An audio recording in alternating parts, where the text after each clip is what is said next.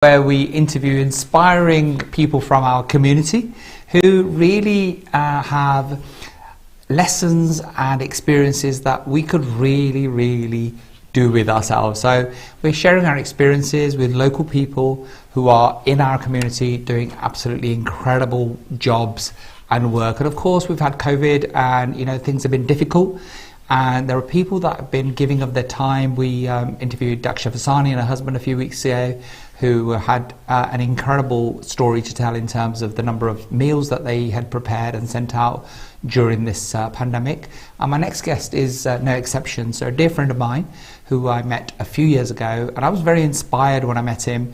Came to one of my property mentorship workshops, thought he wanted to get into property, but discovered that maybe it really wasn't for him. So, the question there is, when we are looking at doing something, is it really what we really want to do, or is there something that's much bigger and much better that's suited to our personalities and our passion? So we're going to share that story with my dear friend Jin Atwal. Welcome, Jin. Well, thank you. Yeah, welcome to the show. Are you a local lad? Yes, I live in Wolverhampton. Okay, not far. So born there? I've always been in the West Midlands, so originally Wednesbury, and moved into Wolverhampton a few years ago. Okay, so you went to school, did you go to university, did you get qualified, or what? Tell me your Yes, story. I went to university, got a business studies degree, okay, and from then started working. Okay, what did you do? Originally I started working at Empower, which is an energy company which many of you probably know. I worked my way up into the strategy department. I was looking at smart homes and smart meters, and I got made redundant from there about 4 or 5 years ago. Okay, which is probably when we started kind of talking and communicating, and you thought you wanted to get into the property business? Yes, something I've always wanted to do, and I dabbled in property with family for quite a while, and that's what I started doing, and I have purchased a number of properties, and it's bringing an income for me today. Yes. But after a while I felt I wasn't fulfilling my purpose, and I felt I needed to do more, and property didn't feel right for me. What triggered that? Because, as you said, you're successful in property, it brings in an income. So most, especially our Asian community, would be really happy thinking, great, but you felt something was missing. Yeah, I think I've always felt that I wanted to do something for children. Going back to my background, I've had a lot of difficulties as a child, and I always had that in my mind, but I didn't know how I was going to fulfill that purpose. What kind of difficulties? Can I talk about those? Can we touch on those? Because really interesting, because at this moment in time, I'm talking a lot about in my social media posts about the people that we end up becoming has a lot to do with the childhood that we have. Yeah. So, for our viewers, can we touch upon that? Yeah, I'm happy to talk. I'm always open. So as a child, my father was an alcoholic. He later died from drinking too much. How old was he? He was probably around 46, 47. No age at all, right? So no. Purely from alcoholism? Yeah, purely from alcoholism. He was drinking for a long time. His younger brother died in a car accident related to alcoholism as well. And I think that just triggered him even further, and eventually he ended up bumping his head, being drunk, and that was the end of his life, really.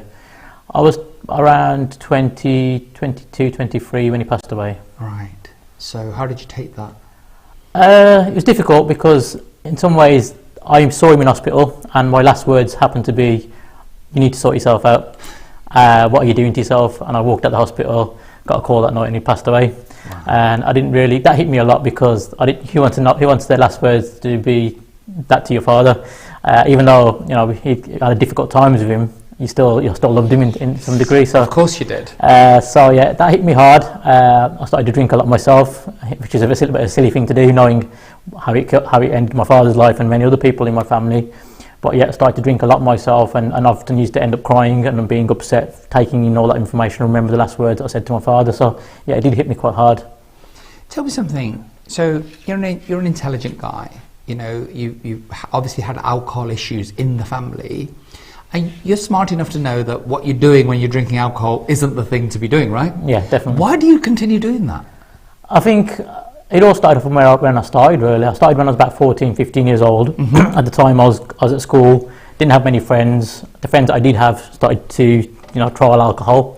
And then I was no longer in that social group, so I had no friends. Okay. And then I had stuff going on at home as well. And then one day I just went out, got a bottle, drank it all down in one, and all of a sudden I became the clown, and I was funny, and people seemed to like me, and it changed my it wasn't real, but I felt that I was a different person that people liked.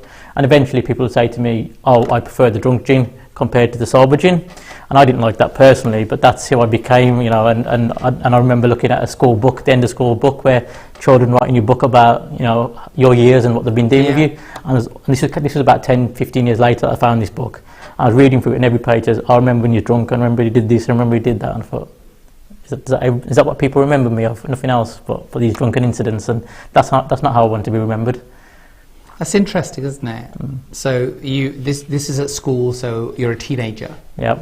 So our conversation last week was very similar 20 odd years later, wasn't it? Yeah. That you still have friends that think you are funnier, more entertaining when you've had an alcoholic drink. Yeah, and I think that's the case with many people, and you know, people say to you, oh, have a drink because you're more fun when you have a drink. And you know, there's come to a certain point in your life where you don't want to be that person. Like I say, I want to leave a legacy behind. I'm trying to fulfill my purpose, and I kind of vision myself as the person I am in, you know, 10, 15, 20 years.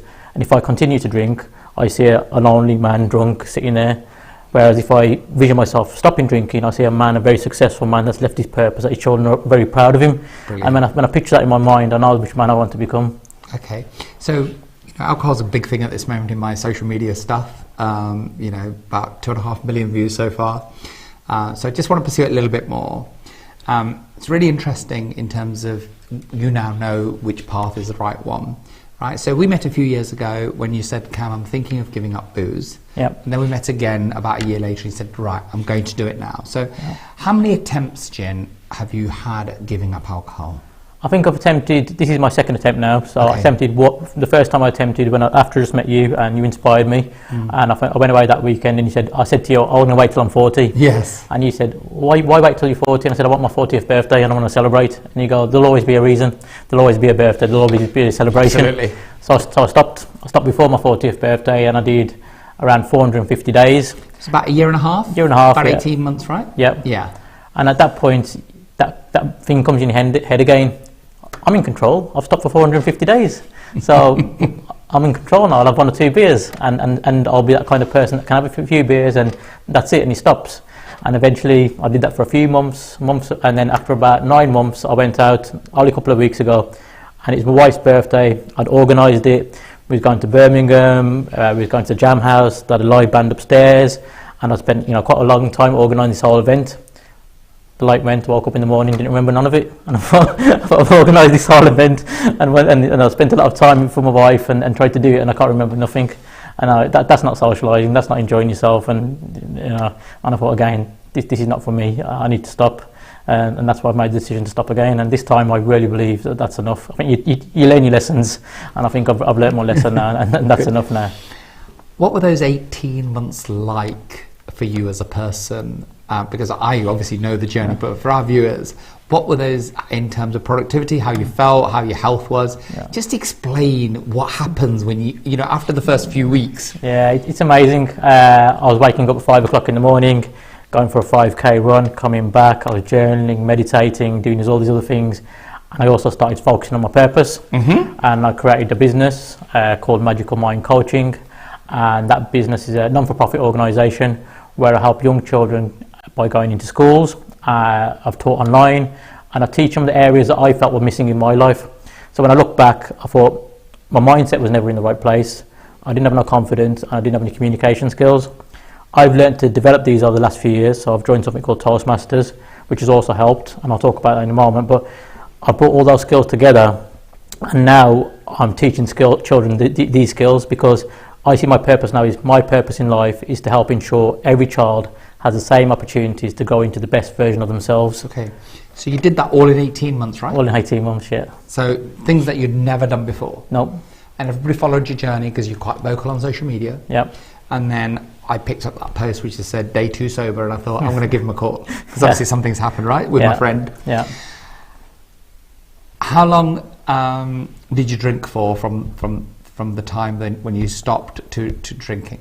I think I started in November again last year, and it was a slow journey. Again, I was in control in my mind for quite a while, and it was probably about a month and a month and a half ago, where I've had a couple of nights now. So where about 8-9 months, right? Yeah. What were those 8-9 months like in terms of how you felt and how your work was?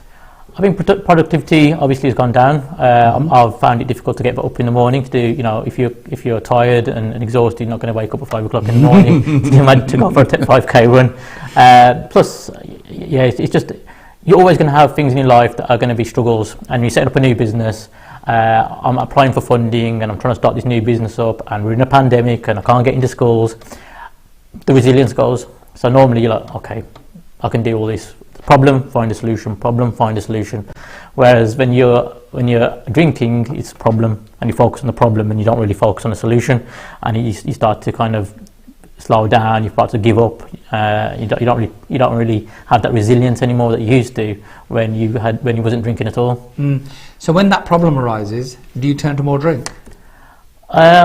For me, I used to be like that, but this time that I've started to drink again, it's more so that social thing where I want drink in the week, and I'm going out. I'm spending time with family on the weekend, and it'll be like one drink. I'm having fun. Oh, another drink will make me even have more fun. Another drink will have even more fun. And we all know it doesn't work like that. At some point in the night, you're just blacked out, and you're not having any fun anymore at all.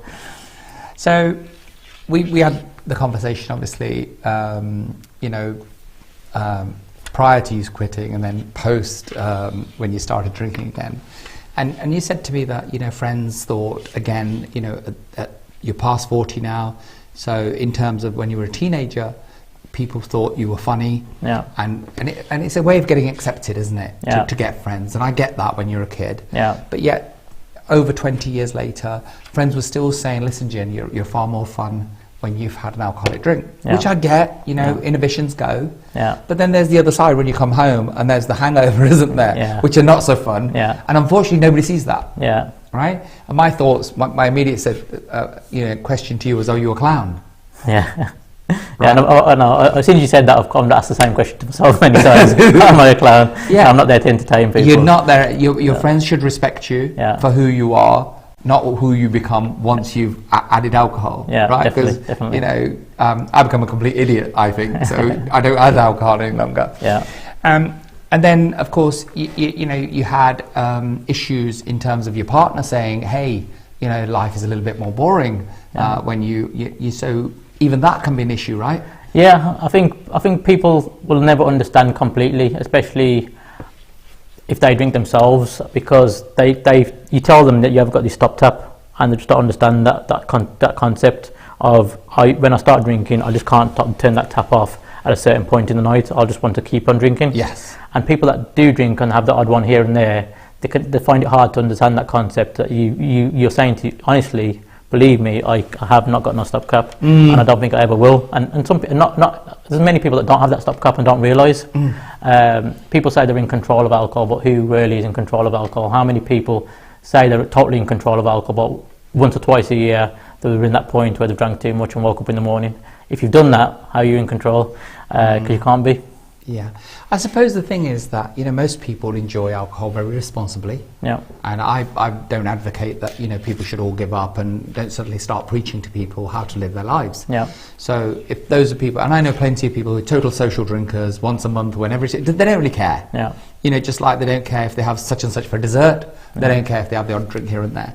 But like you said, I think the biggest problem is those people that are social drinkers, that have no issues with it whatsoever, actually don't understand, as you said, that one drink is too many and 100 is not enough. Definitely. Right? Because you just want to keep going and going and going and going. Do you think it's a problem with alcohol, or do you think that you generally have a addictive personality that you could get addicted to anything? I used to think that. I used to think I had an addictive personality, but I've now thought that it's not the alcohol itself, like you say. It's things that are in the background in your mind that have happened to you, that you've experienced, and that alcohol, at some point in your life, you've used it as kind of some way of helping you, supporting you through, your childhood grief, pain in your life, trying to be more confident in social environments, and you think you've come to this thing called alcohol to help you do that, but it's not really helping you do it. Yeah, it's like a crutch. Yeah, and So I'm, after 3 years, I've come to the same conclusion that it was self-hatred. Yeah. I wasn't addicted to alcohol. I just used it as a crutch, and it was just self-hatred. And to get away from those feelings because when you're a child, everything's your fault, isn't it? Yeah. So if you get beaten up, if you get abused, then you get told that it was your fault because you were naughty, right? Yeah. And of course, the thing is that physical abuse doesn't matter what you've done. Nobody's got a right to do that. And then there's lots of other things, mental illnesses, etc. And like you said, a lot of boys particularly are quite shy. Yeah. I remember when my son was about 8 or 9 years old, I would kind of push him to go and shake hands with all the men, do that now. And then I read about this, that sometimes it's a lack of confidence, and boys particularly suffer a lot in their younger years from shyness. Yeah. So it's not that he's being rude, because in our community especially, you've got to go and greet your elders. Yeah. And then I suddenly stopped doing that. And I thought, if he wants to speak to somebody, he can. If he doesn't, you meet him now, he's the most confident, 6'2", 24-year-old that you'll ever meet. Yeah. But those times were, and it's a very stressful situation, isn't it? Like I said, particularly for guys, and that's often when they turn to things like drugs and alcohol. Yeah, definitely. And I think, like I say, if you support somebody to be more confident naturally, they're less likely to then think they need alcohol to kind of help them in social environment. That has helped me. Like I say, I joined something called Toastmasters a few years ago. I think I've been there 2.5 years now, and I always felt that confidence and communication were part of your genetics. You're either confident or you'll never be confident. But after joining Toastmasters, I realised that it's a skill, and like any other skill in life, it can be developed. You just need practice. And I kind of went from Toastmasters, entered a competition there last year, and actually came second for the whole of the UK and Ireland for that competition. Congratulations! So, I remember reading about that. Yeah, so you can learn these skills. So you work in a pretty normal kind of job, right? And then all of a sudden you think, I'm going to go into property. You have some success in property. So when did that trigger point? Because I remember we were talking in Birmingham, and you said, "Kam, I want to do something." Yeah. And is it? And what was the program called? Magical Mind Coaching. Magical Mind Coaching. But was it called Miracle Mornings first? Miracle Mornings was a book that I originally read. That's right. That helped me with my routine. Yeah, fabulous book. Yeah, fabulous book. And I think my daughters used to see me do that routine. Yeah. And they said, "Can we do that routine?" Yes. So I decided to create a routine for them, a 15-minute routine. It's called Start, where they stretch, they talk about what they're thankful for, they do some aerobic exercise, they relax through meditation, and they do thoughts, where they write down their thoughts in a journal. So it's a full body and mind workout every single morning. How long does it take? It takes about 15 to 20 minutes. I've got to the point now where I've got a training manual, and I just leave that with my daughters, and they run the class. So sometimes I'll go in there and my daughter will be standing at the front and I'll be copying her. Then my younger daughter, who's only 5, she'll run it, and we'll take it in turns to run the class. So this is at their local school? I've done it at their local school. I've done it at another school after that. I've done it in secondary school as well. So I didn't think it'd work at secondary school, but it actually worked at secondary school. And what surprised me the most, out of that full routine, I thought children would like the aerobics the most. They actually loved meditating, and they actually said, "Can we come back at lunchtime and have a meditation room where we can just meditate?" And that really surprised me. Incredible. How do you approach a school and say, "Can I do this?" Because there's lots of health and safety issues, there's all sorts of political correctness issues. So take me through that process. If somebody's got something that they want to take to their local school, how does it start? Surprisingly, initially was my daughter's school, and I'd never done anything like this. And I just went to the head teacher and I said, "I'm doing this program with my daughters. Can I do something for free in the morning? And I'll come there, drop my daughters off, and I'll just run this program every single morning." And he said yes. So it started off there, gave me a bit of experience. Obviously, I've got all my DBS checks and everything else in place. And then another school contacted me from there, and that's how it kind of took off. So initially, you might have to do some free work, get into the schools, and just do some free work. But obviously, you've got to have all your checks in place, and then it kind of took off slowly. What are those checks for those people that? So a DBS check is basically a check to see if you've got any criminal records or anything like that. You might have to do some safeguard training to know how to work with young children, identifying issues. So they're the kind of key things that you need to work in any school. I've then gone on to do some arm training myself, so I'm trained as a coach and a mentor now. I had the speaking skills anyway, so yeah, if you've got those skills and you've got DBS checks, it's then moving from there. It is a difficult process, It's basically knowing people that know people, and like in any business, if you know a head teacher, you can get in and speak to the head teacher, and then once you're in one school, head teachers speak to head teachers, and that's what they always say. Yes, of course. And I've got this great program, Gin's running it, would you like to try it in your school? And eventually it starts to take off. Okay, and does the schools ever get to a point whether they actually pay you to do those things? So like I set up as a CIC, which is a community interest company, which allows me to apply for funding from people like the National Lottery and various other community community funded companies. Okay. So I apply for funding. If I won the bid, I have to tell them how I'm going to use that bid, and then use that bid money on that school or various other locations.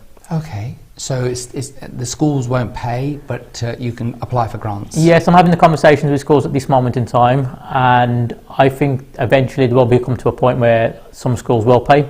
They have something called pupil premium, where certain children get money within schools that they can use towards extracurricular activities. So I think it's once you've proven your worth, like anything in life, and the school sees that pupil premium should be used towards your program, then they'll start using it towards your program, because they've got so many different options to use this pupil premium on. It's just choosing the right one, and you have to prove that your program is good enough. Of course. So there is a budget Yep. that headmasters or school governors have that they can allow to things like this. Yeah, definitely. Okay, fantastic. So you've done this internationally now, haven't you? Yes, so obviously during the pandemic it took me to allow, I couldn't get into schools anymore, so I decided to run it online. Yeah. And I've done it in 13 different countries now. It's been amazing. In some classes I've got one child just waking up in Singapore, and one child just going to sleep in Hawaii, and they're both in the same class, and I'm helping them with their conversational skills, and I allow them to have a conversation with each other, and it's just amazing to be able to do that. And I've also spoke about social media with them, and talked about the negative impacts of social media, but how there can be positive impacts about how you can inspire the world with your messages if you use social media in the right place. And I teach them about mental health, and I bring other elements into the class as well, which it's been great. Is the program getting bigger? Yeah, it's the program getting bigger. I'm adding more information into there. I'm in a secondary school right now, so like I said, I was focused on primary schools. I'm in a secondary school right now, and the children love it there. I'm just finishing the program there. I see it in the future as eventually coaching these young children, and they will be my future assistant coaches in the future. So that's how I see the future, and allowing these children a place to work alongside me, using the coaching skills I've taught them. Incredible. So what's the age group for the children? So I start working from age 8, and I work all the way up to age 16. Okay. Adapt the program slightly to fit the children. Okay, so if we've got kids, parents, teachers who are watching the show and they're interested, what's the process of getting you into a school? They can speak to the head teacher. I've got a website, so www.magicalmc.co.uk. All my information's on there. You can see the classes that I run, the programs that I run, and all my contact details as well. In terms of the Magical Mindset program, the 15-minute routine, I've actually given it away for free, so it's all on my site. The full training manual, the videos and everything. I've done the actual videos with my daughters, so I've got my 2 daughters of me running the program together, and they can follow that video. Okay, so if anybody wants to download that program, you didn't get those links, contact me, contact the station. I will happily supply you those. So Jin's been very, very generous in a program that I'm sure he could charge some money for. That's all downloadable, and you can work with your own children. Yep. And what was the acronym that you used? It was STARS, was it? START. Yeah, stretch, thankfulness, aerobics, relaxation and thoughts. How good is that, huh? So it's called START, which is a very, very apt name.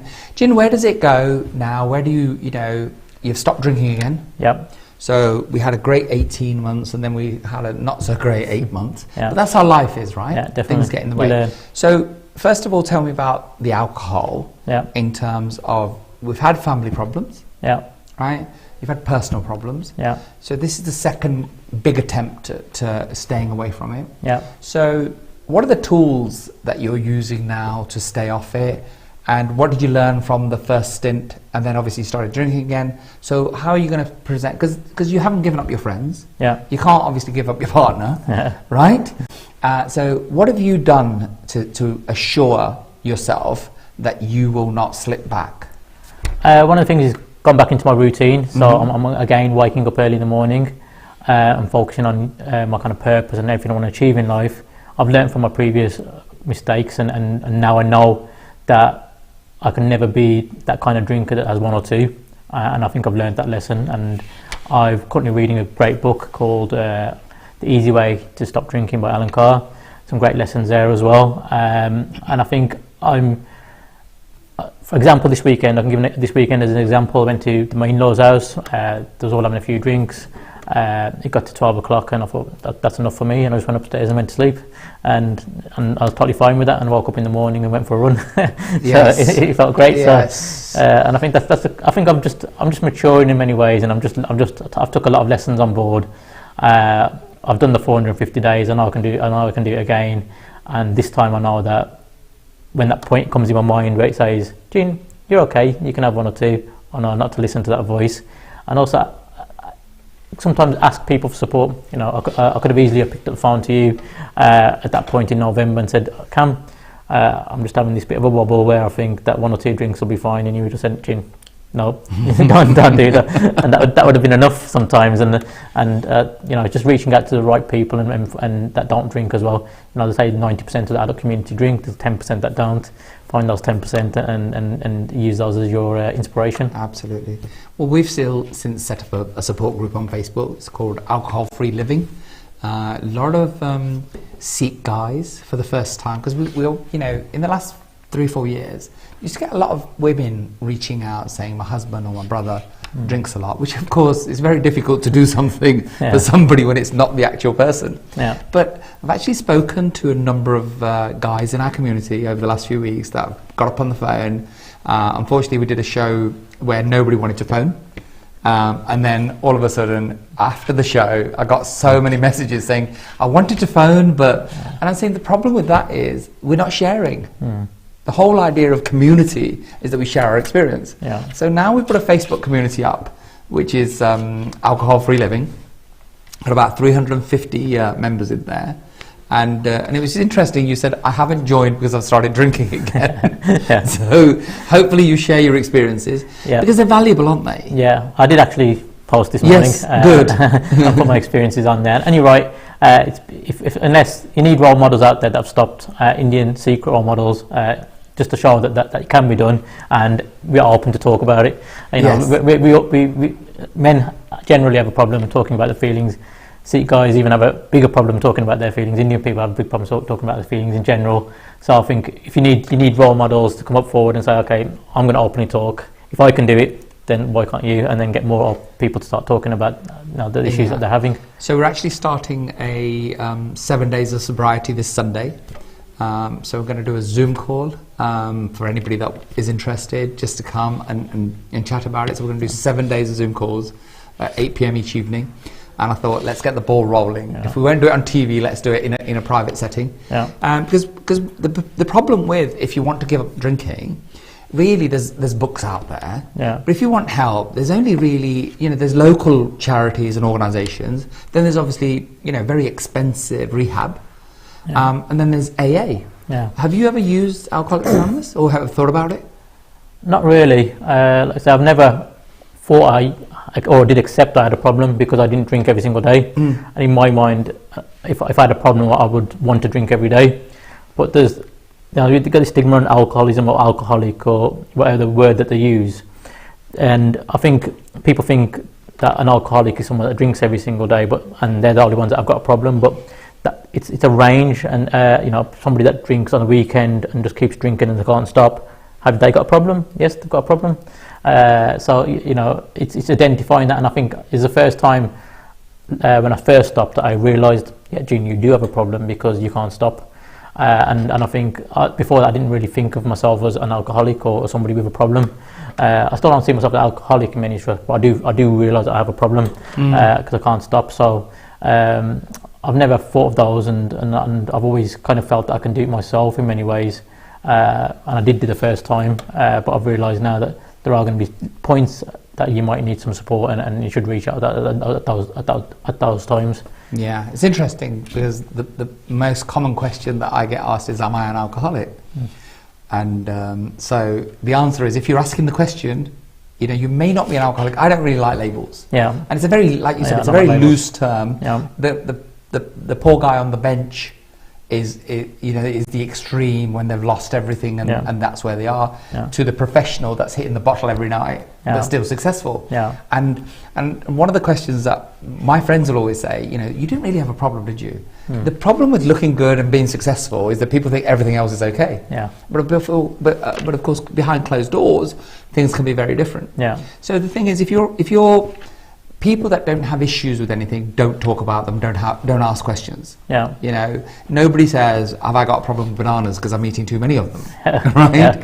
So if you're asking the question, you know, there is an issue there that you need to have a look at least. Definitely. Because like I said, you know, 90% of the population drink very responsibly and they get on it and it's never an issue. It's about 10% of people that, like you said, they don't seem to have an off switch and they just want to continue until they pass out, fall out. And of course, a lot of damage to health is being done, isn't it? So as you were saying, you get up at 5 in the morning, suddenly you start jogging and going out and getting a lot fitter.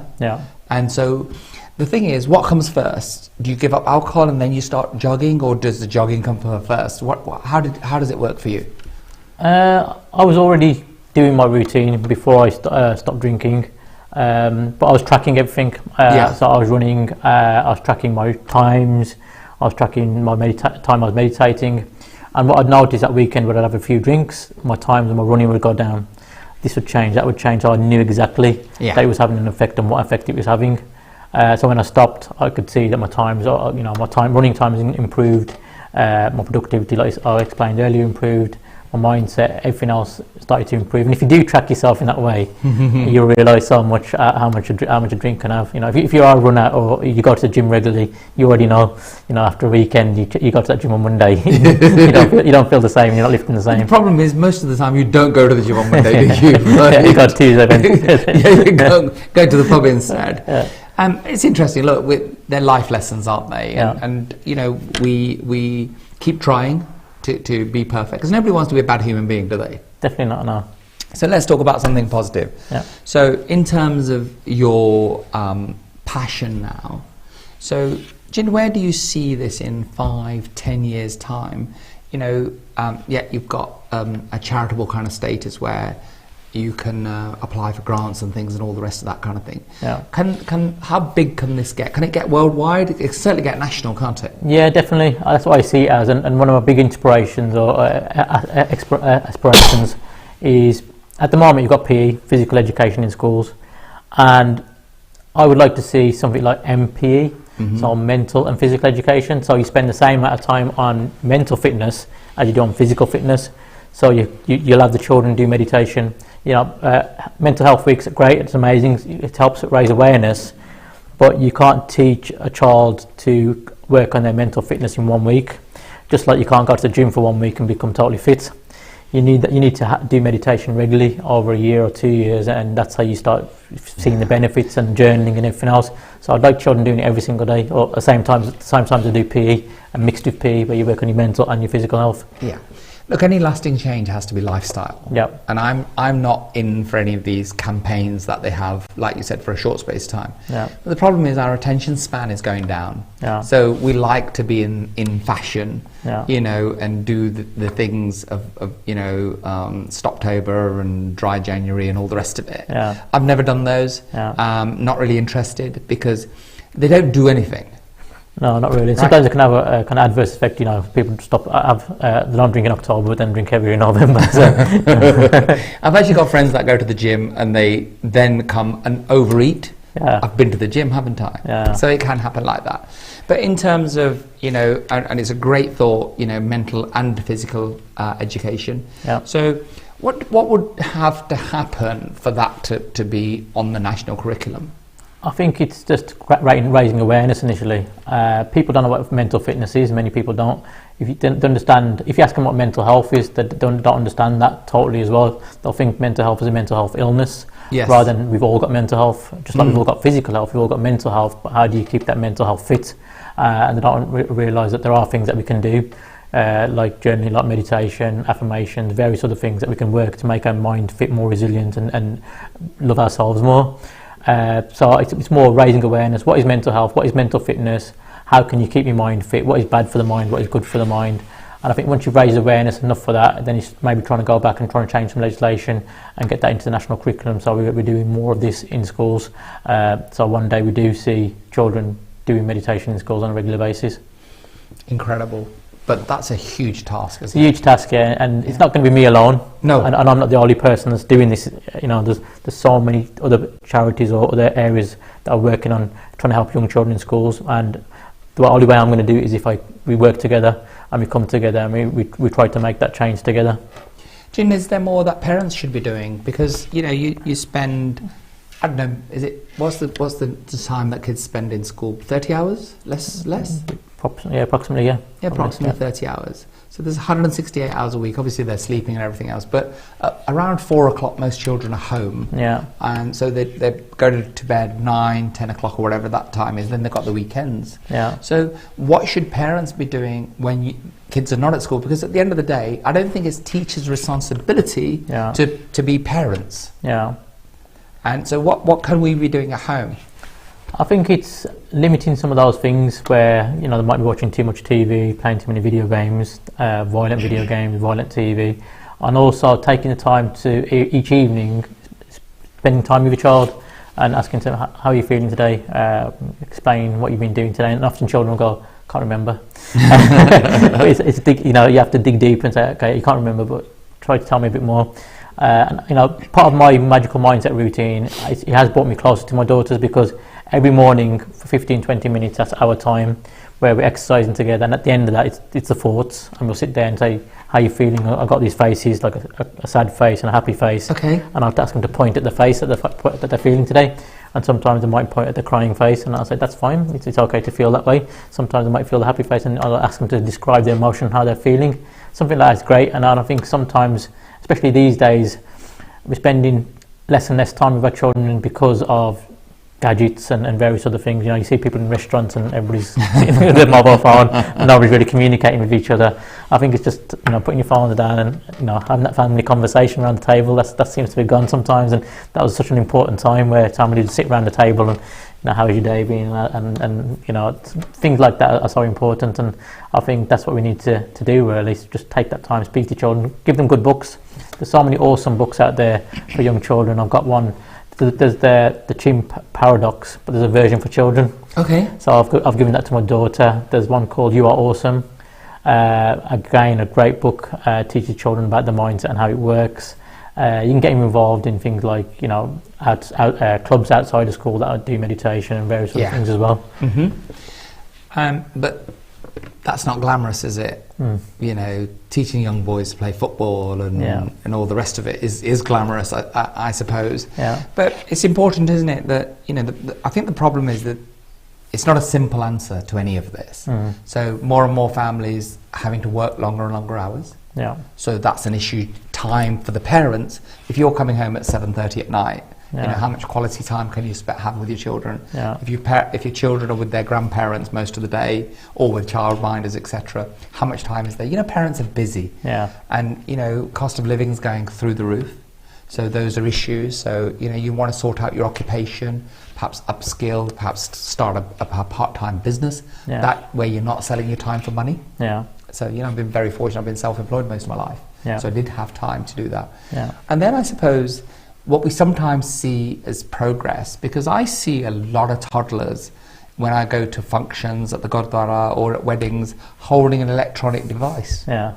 Right? Small mini iPads, and where, you know, and I've got a friend of mine who's a billionaire in Silicon Valley, and they've banned all electronic devices in their home. Yeah. And he said, it's not the job of an iPad to be the parent to your child. Yeah.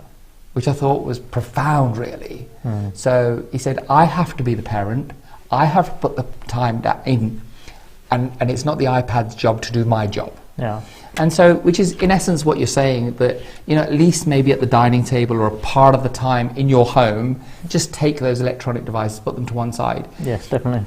But tell me something. So if you've got a young child that's been brought up on those, they're now screaming their head off. Yeah. Right. We live in a society where, you know, we can't say no. Yeah. Children not, you know, they never heard the word no, and parents think, you know, why are you doing this? And in our extended Asian family household, the grandparents are the people that spoil the children more, aren't they? Where do you start? You know, there's going to be some pain, isn't there, when you make some changes? Yeah, something like anything in the world. When you first, they might have a habit of having their dinner, TVs in front of them, and they do that, and that's a habit. I think you need to break that habit initially. It's not going to be easy, but it's things like having reward schemes in place. Never punish a child, but give them a reward and say, okay, if you stop watching TV and you do this, we've got a reward chart in our home as well. A reward chart. It's like a reward chart. So we have a chart on the wall. How does that reward chart work? So I'll get them to choose their kind of what the areas that they need to improve upon in many ways. So I'll say, okay, you're watching too much TV. Do you think you should be watching less? And they say yes, maybe. So let's put that on the reward chart. So every time you watch a bit less TV, you don't have it with your food, then we'll put that on the reward chart. It starts on 0 and it'll get to 5 by the end of the week. Okay.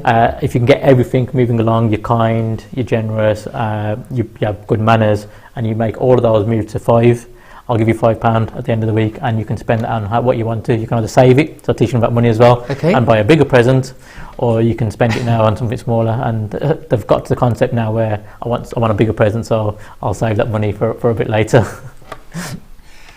So when did you start, and what differences have you seen in your daughters since you started these things? They accept, like you say, if they don't sit there watching TV while they're having their meals. They try to listen. Listening once is always a big one. Trying to get listened to, you might see yourself repeating yourself about 15 times before they listen, and it's getting to that point where they're listening a bit more and everything else. It does work, but I tried it the opposite way first, where I'd say, okay, you're going to be punished because you haven't listened to me first, and that never works. You've got to give them a reward and say, okay, you're working towards something. I'm not taking something away from you. You're working towards something, and that really works. That's really interesting.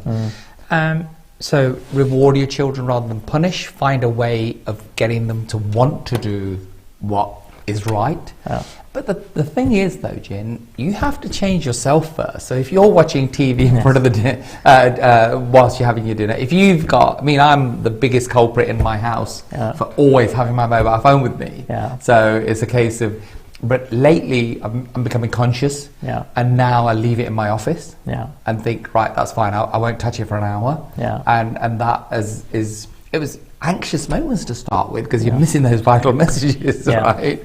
So I can imagine how tough it is, but you've got to start that, you've got to set an example, haven't you? Yeah, definitely. I was guilty of the same thing. So when I first stopped drinking, and I was posting on social media about my journey and everything, and then I was checking to see if people had read my posts, and I was on there quite often. My wife was, you're always on your phone, and I can imagine my daughters, and sometimes you're speaking to me, and I'm there looking at the phone, and when you look at that kind of externally, how wrong is that? Your child's trying to speak to you, and you're just glued on your phone. What you're teaching them as well, So yeah, I've done the same. I tried to put my phone away as soon as I come back from school. I'm not on social media as much as I used to be. I try to do a post in the morning and maybe a post in the evening. I don't check through the whole day and see how many likes or who's commented. I've got away from that, and I think that's another area where sometimes we're trying to find acceptance, find love, and we're trying to look on our phone, see how many likes we get, and you move away from that as well. So yeah, you have got to set a good example. You've got to listen. You've got to listen once yourself. Asking your children to listen once. So yeah, definitely. Okay. So where do parents start? In terms of educating themselves. Educating themselves. So where did you go to educate yourself? Because what is it? Probably 3 years ago, 4 years ago. Yeah. We all you had was property. Yeah. And maybe you give up alcohol. Yeah. Right. So then all of this came. Where did that journey start for you? I think the biggest change happened when I got made redundant, because I had to work for myself for the very first time. Totally different mindset. If you're working for somebody, you've got to get to work or you're going to get sacked. You're working for yourself, you think, I can have another hour in bed, or watch a bit of Netflix, and your day can go. So I thought I needed a habit, and that's where the Miracle Morning came in. I created a habit there. Started doing a lot more reading about the mind and how the mind works. And then obviously I got to that point, which I've talked to you about before, where I was in the best mindset I'd ever been in. Forgave my father, which I never thought I'd do, for and a weight kind of dropped off my shoulders, and I was in the happiest position I was in. And then my sister got a lung disease, an autoimmune disease, where her own body started to attack itself, and within a few months she passed away. And I remember in hospital reading a book to her called The Alchemist, which is an amazing book about a young man's journey to his purpose, and that's when it came to me, my purpose. And I remember myself sitting on that stair, listening to my parents arguing, seeing the violence, saying, one day I'm going to help young children. And that vision came in my head. Fantastic. And I thought, okay, that's what I need to do. And now that's what I'm doing now, and that's what makes me the happiest. So, you know, if anything, if you can find out what makes you happy, and that's what you do as a living, it's amazing. And you know, you wake up every day. It's not work anymore, is it? It's not work anymore, and you're waking up every day excited. Fantastic. And it's amazing. Jin, time waits for no man. End of another show. Thank you so much for coming in today and sharing your story. Cheers. Thank you. Thank you for the time. Very candid. Always have been. So wish you all the best on your journey. Come back and talk to us. Guys, end of show. Thank you so much for watching tonight, and appreciate all the things that Jin's talked about. The thing that's really stand out for me is reading and education. So as a community, we're big believers in education, but you can't dictate things to your children that they should get educated when you don't. So, I've read about 400 books on self-development, business, finances, and generally improving oneself. I've never read a novel in my entire life, but that's where I started from when I was 15, 16. That's what got me into reading, and then suddenly I thought, let's learn from this instead.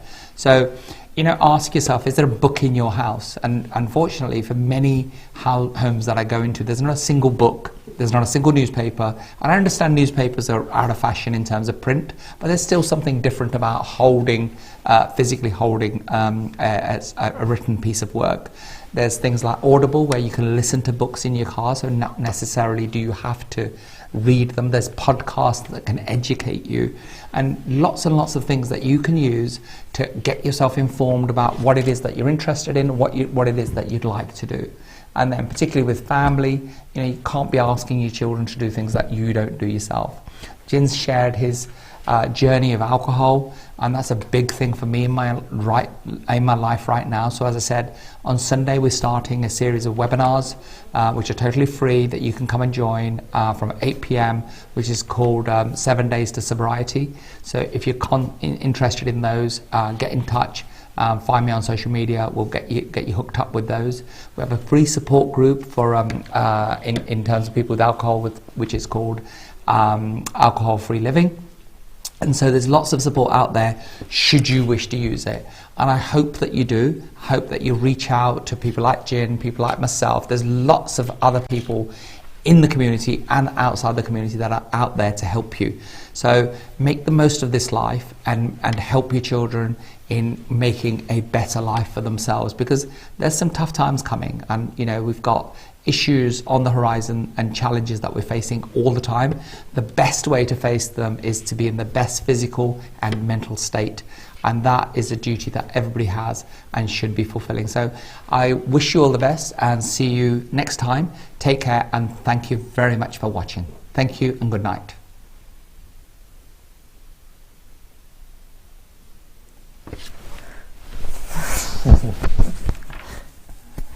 Great. What do you think?